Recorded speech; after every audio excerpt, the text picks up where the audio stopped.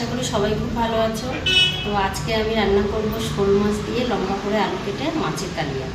তো ভিডিওটা তোমাদেরকে শেয়ার করব, দেখে জানাবে কেমন হয়েছে।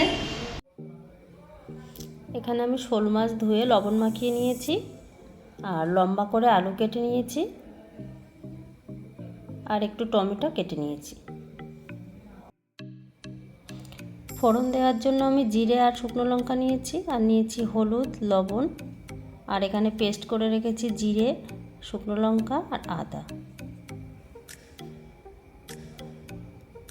তেলটা গরম হয়ে গেছে, আমি একটা একটা করে মাছ ছেড়ে দিলাম। মাছটা ভাজা হয়ে গেছে, আমি তুলে নিচ্ছি।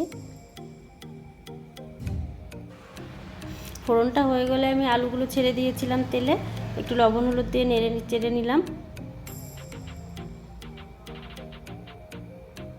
আলুগুলো একটু ভাজা ভাজা হয়ে গেলে আমি পেস্ট করা আদাটা দিয়ে দিলাম, জিরেটাও দিলাম আর একটু দেব লঙ্কার পেস্ট।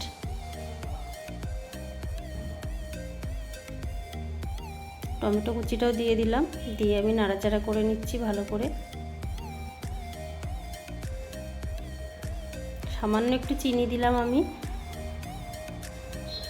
আর অল্প পরিমাণ জল দিয়ে আমি মশলাটা কষে নেব। জলটা দিলাম কারণ কড়াইতে মশলাটা লেগে না যায়। কষানো হয়ে গেছে, এবার আমি জল দিয়ে দিলাম।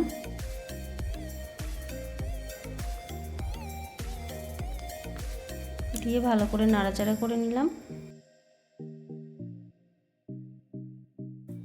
এবার আমি মাছগুলো ঝোলে দিয়ে দিলাম, দিয়ে একটু নেড়েচেড়ে ভালো করে মিশিয়ে দিলাম ঝোলটা। আমি ঢাকা দিয়ে রেখেছিলাম, কিছুক্ষণ ফোটার পর ঢাকনাটা খুলে নিলাম। এবার আমি অল্প পরিমাণে গরম মশলার গুঁড়ো দিলাম, দিয়ে আবার একটু নাড়াচাড়া করে নিলাম। এবার 2 মিনিট পর নামিয়ে নিয়েছি।